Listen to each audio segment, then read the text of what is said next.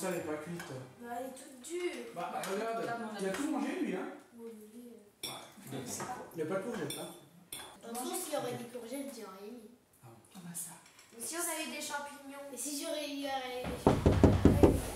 Il y a quelqu'un? Et bonjour madame. Non, pousse-toi le chat. Et madame, vous avez été faire vos courses hier? Bah oui. Vous avez acheté de la viande, des boissons, des pâtes, des yaourts et cerise sur le gâteau, de la glace. Alors, vous savez d'où elles viennent vos glaces? Bah, du supermarché. Ah oui, du supermarché, évidemment. Mais comment elles sont fabriquées? Comment est-ce qu'elles sont élaborées? Ça vous dirait de mener l'enquête?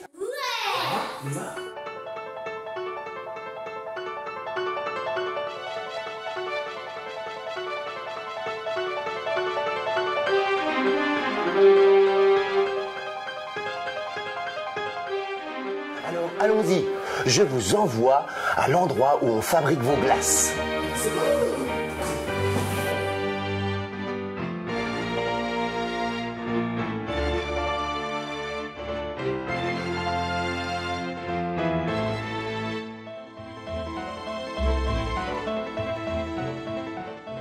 Bon, bah bonjour, bienvenue chez Erhardt.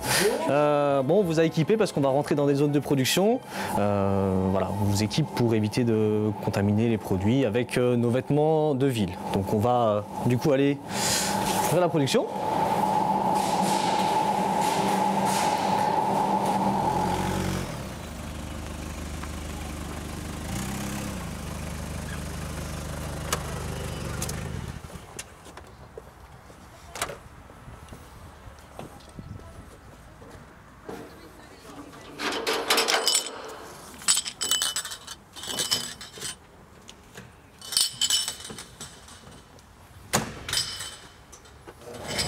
Donc voilà, donc c'est le lait qui provient donc d'à côté de chez vous, hein, donc de Denay, de la ferme Courbeau, qui est acheminé jusqu'à nos tanks de stockage. D'accord.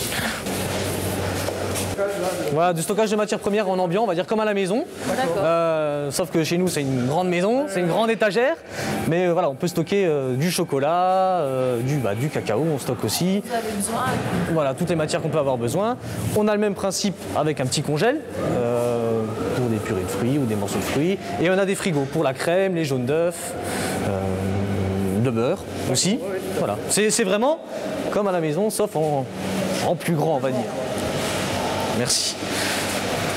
Après, on a ce qu'on appelle la laiterie, donc où on va avoir les deux tanks à lait, où le lait qu'on vient de réceptionner arrive.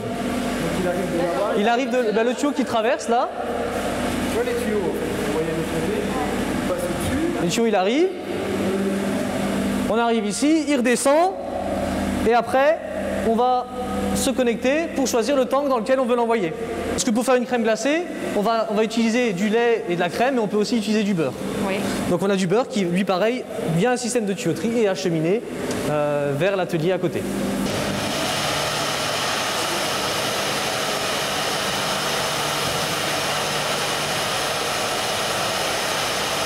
Donc la première étape, on va dire, de fabrication de la crème glacée, c'est ici. C'est l'étape de ce qu'on appelle nous la pasteurisation. Donc en gros, on va faire nos pesées et ensuite on va faire les mélanges dans les cuves des différents ingrédients. Donc le lait, la crème, il peut y avoir des jaunes d'œufs, l'aromatisant, donc ce que je disais tout à l'heure, hein, ce qui va donner le goût, sont faits, voilà, les mélanges sont faits dans ces cuves. Donc après on a des tuyaux qui remontent, donc c'est le mix qui est froid, qui part dans la deuxième étape de fabrication de la crème glacée.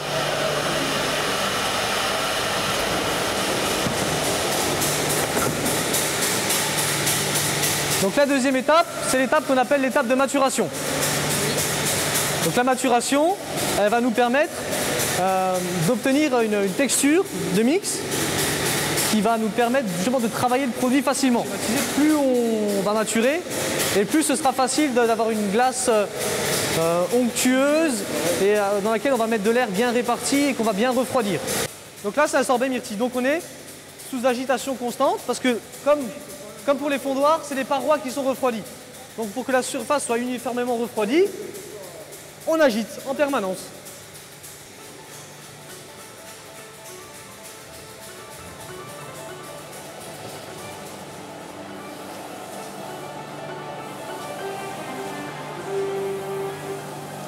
Donc on arrive à 4 degrés environ, qui est la température de stockage dans les cuves de maturation, sans air. On va injecter de l'air ici. Et là-dedans, on a un grand cylindre qui refroidit. Et dedans, il y a une espèce de batteur, comme à la maison, où on va répartir l'air sur toute la surface. Et on va racler les bords qui sont réfrigérés pour amener du froid sur toute la surface.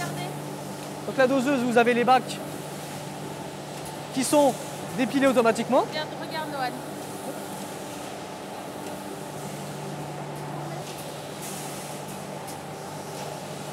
Et après, on les ferme. Donc on presse le couvercle, après on éjecte de la machine. Ah oui, bah ils peuvent, hein. Ils peuvent.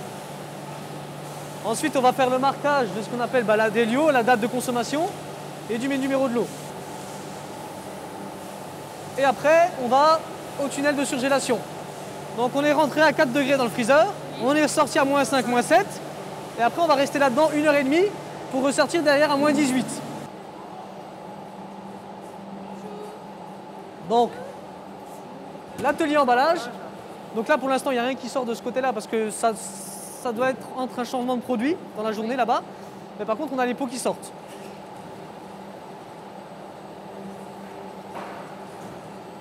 Donc ensuite, Là, c'est un grand congélateur. voilà. Donc là, donc après, on met les palettes là-dessus et ça va jusqu'à l'unité logistique. Donc il fait -30. Hein. Il fait un peu plus chaud à l'entrée, mais là, voilà. Voilà. Alors, vous avez trouvé les infos? Bah oui, hein. oui. C'est bon, on a tout vu là. Ouais. Ça vous a plu alors? Oui. Vous avez compris comment ça fonctionnait? Oui, Ouais. Ah oui, hein, c'est génial. Alors, Hein. Il repasteurise le lait. ils repasteurisent le lait, ah Ouais. oui, oui. Et puis vous avez vu, ça passe dans des gros tuyaux et tout. Et puis tout est Tout automatisé, hein. Ouais. Puis tout seul, ça fait Impressionnant, hein. que la machine qui met le... Qui met Le couvert. C'était vraiment génial, hein. qui ferme. Et puis vous avez entendu? Le lait, Oui. il vient d'à côté de chez nous. Bah oui. Ça tombe bien, c'est l'heure de la traite.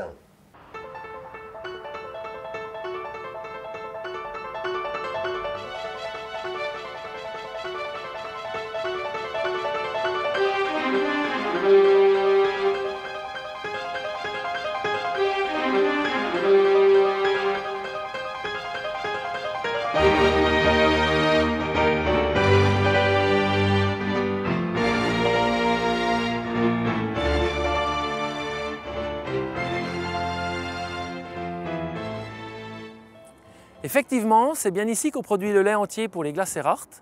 On est sur le village de Denay, aux portes de Belfort, le village natal de l'entreprise Erhardt. Depuis 1984, on leur fournit leur lait pour faire des glaces. Et je vais vous montrer d'où vient le lait, comment on le produit, comment on le prépare avant de le livrer pour aller chez Erhardt. Suivez-moi.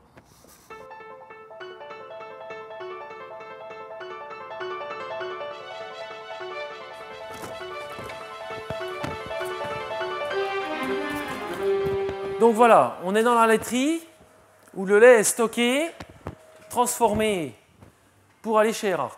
Donc la citerne là est crochée dans la voiture pour aller livrer soit à Masevaux, soit à Étup, sur les deux sites de production. Avant d'aller dans la citerne, le lait il passe dans le pasteurisateur. Il est chauffé à 72 degrés, refroidi, et quand il arrive à Masevaux, il faut qu'il soit à 6 degrés pour qu'il soit facilement conservé et qu'on n'ait pas de développement de germes dans le lait.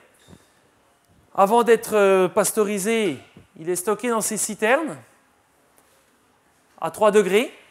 Donc entre le moment où on le traite le matin, on traite le soir, et le lendemain matin, on livre chez Erhardt. C'est du lait frais, il a 24 heures. Donc lait frais, pasteurisé, dans la citerne, et on part à Masevaux. Maintenant, pour être dans la citerne, il vient des vaches. Donc il arrive dans ces filtres-là. À l'intérieur, il y a des filtres en papier. Dans ces filtres, il vient directement depuis les vaches. Donc on va aller voir où sont les vaches et comment que ça se passe.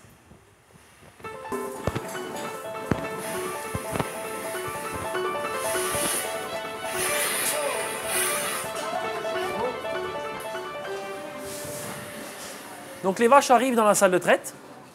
Elles rentrent, chacune leur tour à leur place. elles sont identifiées. On sait qui c'est qui rentre. C'est la U1, donc là il y a le numéro.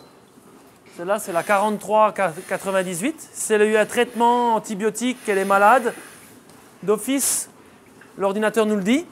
Et on ne peut pas traire une vache qui a eu des médicaments dans le tank pour le lait, pour faire des glaces ou pour faire autre chose. On le traite dans un pot à part pour éviter qu'il aille pour la consommation humaine. Donc on lave les vaches, on lave les trayons. Une fois qu'elle est bien propre, on tire les premiers jets de lait pour voir si le lait est bon, est de bonne qualité, qu'on n'a pas un problème de mamie. Et s'il n'y a pas de problème, on branche le faisceau trailer.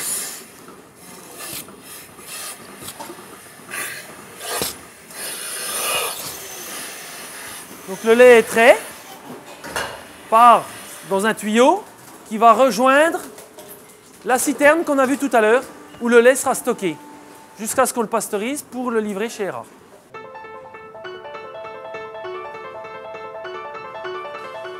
Donc les vaches, elles sont dans le bâtiment, elles dorment tranquilles, elles mangent à volonté. Et ça, c'est pour les mois d'hiver, ou le printemps, quand le temps est mauvais. Quand il fait bon, mais pas trop chaud, elles sont dehors. Elles sortent par ce chemin, elles vont profiter du grand air dehors, de l'herbe. Alors, elles ne sont pas comme nous, hein, quand il fait super bon, que vous êtes tranquille en train de vous bronzer, c'est super l'été, elles sont au frais, elles rentrent au frais. Si vous passez à Denay en pleine journée, un jour de 30 degrés, il n'y aura personne dehors. Vous allez dire, celui-là, il nous raconte des bobards. Mais non, non, pas du tout. Il fait trop chaud, donc elles sont à l'ombre. Par contre, vous passez le soir à partir de 9 h, tout le monde est dehors en train de profiter de la fraîcheur et de dormir tranquille. Donc vous vous êtes rendu compte que le produit que vous avez choisi a été fabriqué dans votre région, grâce au travail des agriculteurs qui sont vos voisins. Alors surtout, quand vous ferez vos courses, soyez des vrais reporters de l'alimentation. Regardez toujours d'où viennent les produits que vous allez manger.